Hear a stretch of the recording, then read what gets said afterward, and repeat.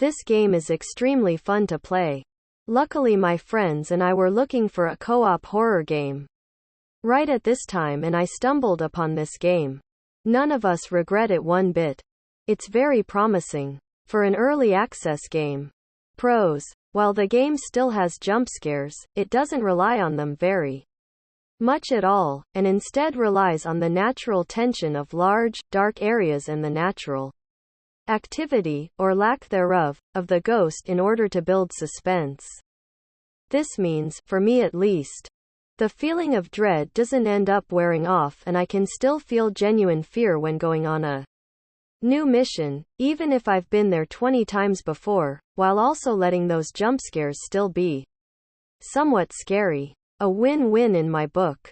The voice recognition is something I wasn't sure would work out to be very enjoyable, but boy was I wrong.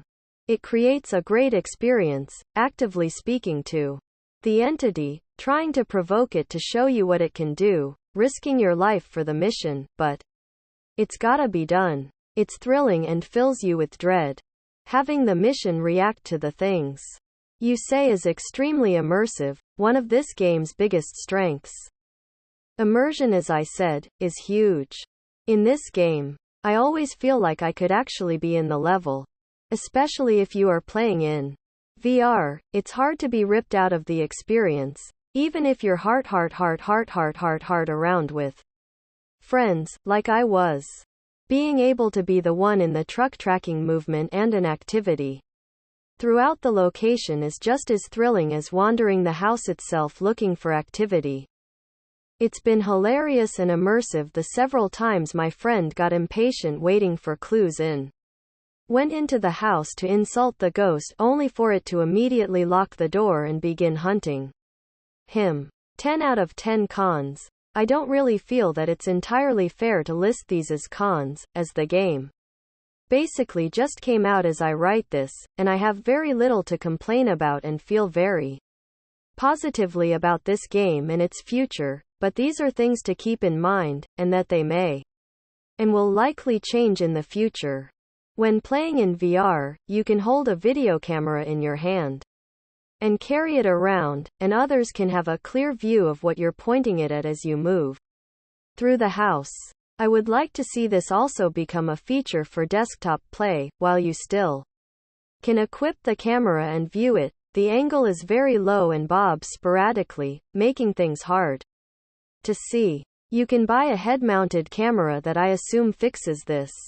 I am not a high enough level to buy one yet, so I'm not sure. VR players definitely have an advantage in many scenarios as you can turn on equipment such as the EMF reader and the spirit box, then put them on your belt to use them hands-free. I would like for at least the EMF reader to do something similar, instead of turning off when you put it away. It makes a noise when you get a reading, and I think that could stay while requiring you to pull it out again to see exactly how strong the reading is. I feel that would be a good compromise. As for VRQOL, my only two concerns right now are 1. Placing cameras. Currently you grip them by the left or right side in a set direction, and it's only different for each hand it's held in. It can make it difficult to place a camera facing a set direction.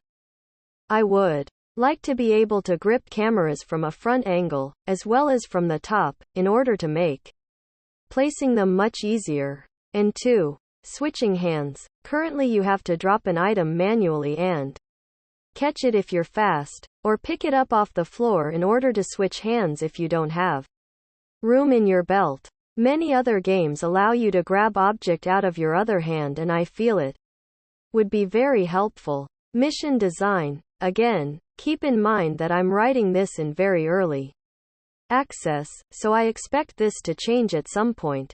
Currently, the only missions are identification. Go in, find clues, deduce the ghost type, leave. I don't have a problem with map design, but I would like to see other mission types, such as full-on removal, as the game talks about you, the identification team, doing the research for a future removal team. Missions like that would be great. Another is finding out how the person died and became a ghost. The journal mentions a few times about death and people becoming a ghost. Finding clues about the death of the ghost would be a very interesting mission design, and I'd love to see it come to light. Sanity is also something I expect to become something much more than it is currently as the game goes on. I feel that is obvious, but I will give my 2 cents anyway for complete transparency. Right now, with my current understanding, it doesn't matter until you hit 50%, at which point the ghost becomes more aggressive against you. This on its own is interesting and can be useful for drawing the ghost out, but I would like to see more, such as hallucinations, both visual and auditory. There's not much more I can say on this. Anything I could is just as obvious as that, so I won't bother, and again, expect changes to this. Lastly, when you die, you become a ghost and wander the map as an invisible entity. I think this has a lot planned for the future, but currently that's all there is to it. I think it would be extremely interesting if you could interact with the world in a similar way to the spirit your team is still hunting.